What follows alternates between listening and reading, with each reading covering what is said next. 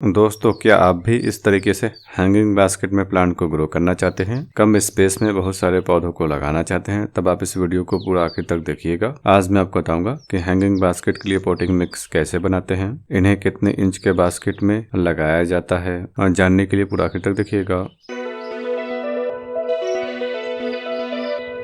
Plant को गमले में लगाने के लिए जिस पॉटिंग मिक्स का इस्तेमाल करते हैं, जिसमें मिट्टी, कंपोस्ट, कोकोपीट या फिर सैंड मिला होता है, उस पॉटिंग मिक्स का इस्तेमाल करके हम हैंगिंग बास्केट में प्लांट को नहीं लगा सकते हैं। अगर आप लगा देते हैं तब प्लांट मरेगा नहीं बल्कि बढ़ेगा कम, यानी प्लांट जिंदा तो रहेगा लेकिन ग्रो कम होगा। और क्योंकि बास्केट का साइज गमले के हिसाब से छोटा ही रहता है, आप ज्यादा से ज्यादा 12 या फिर 16 इंच तक के बास्केट में प्लांट को लगाएंगे।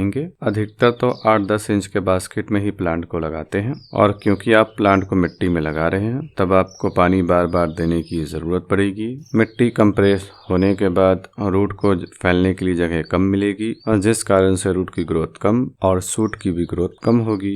इसलिए बास्केट में हम पौधों को सॉइललेस पॉटिंग मिक्स में ग्रो करते हैं। इसके लिए आपको लेना है 40% कोकोपीट। कोकोपीट ब्रेक्स को पानी में फुलाने के बाद 1-2 दफा धो लीजिए, उसके बाद इस्तेमाल कीजिए। पहले से फ्रेश है तब आपको फुलाने के बाद ही इस्तेमाल कर लेना है। फिर आपको लेना है 30% कंपोस्ट। आप किसी भी टाइप के फुल डिकम्पोज कंपोस्ट को ले सकते हैं, और यहाँ तक कि 2-3 कंपोस्ट को मिला के भी। फिर आपको लेना है 30% परलाइट। इसका इस्तेमाल करने से पॉटिंग मिक्स का वजन कम हो जाएगा, ओवर वाटरिंग का भी खतरा कम हो जाएगा और रूट की बेहतर ग्रोथ होगी। अगर आपके पास नीम केक है तब आप उसका भी इस्तेमाल कीजिए। बोन मिल को यूज में लाना चाहें तब उसको भी ले सकते हैं। इस पॉटिंग मिक्स में आप हर एक हैंगिंग बास्केट प्लांट को लगा सकते हैं, सभी सही तरीके से ग्रो करेगा।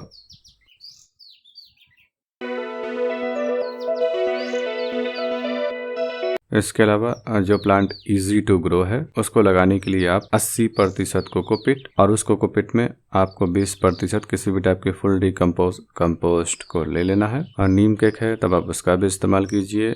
बोन मिल है तब आप उसको भी यूज में लाइए। अच्छी तरीके से मिक्स कीजिए, और इस पॉटिंग मिक्स में जो प्लांट इजी टू ग्रो है उसको ही लगाइएगा।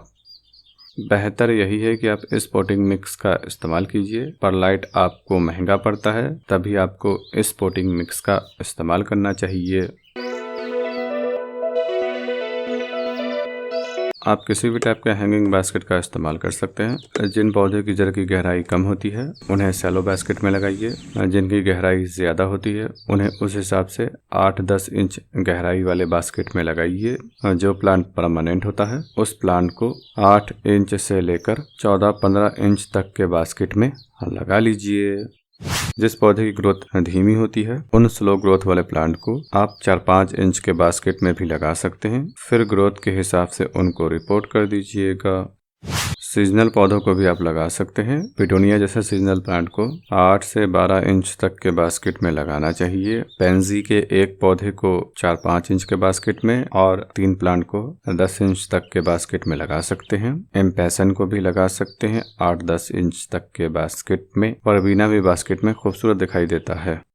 इस टाइप के गमले में भी आपको सॉइललेस पॉटिंग मिक्स में प्लांट को ग्रो करना है। इनमें भी आपको मिट्टी युक्त पॉटिंग मिक्स का इस्तेमाल नहीं करना चाहिए। कई गमलों में आपको इस टाइप का एक होल दिखाई देगा, आप इसमें भी होल कर सकते हैं, लेकिन इसमें एक होल करने के साथ ही साथ आपको एक इसके बॉटम में भी करना चाहिए। इसके अलावा बास्केट में कम से कम एक होल या फिर ज्यादा से ज्यादा आपको 2 होल करना है। इससे ज्यादा की जरूरत नहीं पड़ती है। फिर कई गमलों में इस टाइप का जालीदार होल पहले से ही होता है, तब आपको करने की भी जरूरत नहीं पड़ती है। ड्रेनेज होल के ऊपर इस टाइप के जालीदार कपड़े को रख दीजिए, जिसका फायदा यह होगा कि जब आप पानी देंगे तब पानी फिल्टर होकर बाहर निकल आएगा, और पानी के साथ कोकोपीट बाहर नहीं निकलेगा, जिससे फर्श पर गंदगी नहीं फैलेगी। इसके अलावा ड्रेनेज होल के ऊपर आप सिंडर को भी रख सकते हैं, और यहाँ तक कि ईंट के छोटे छोटे टुकड़ों को भी रख सकते हैं।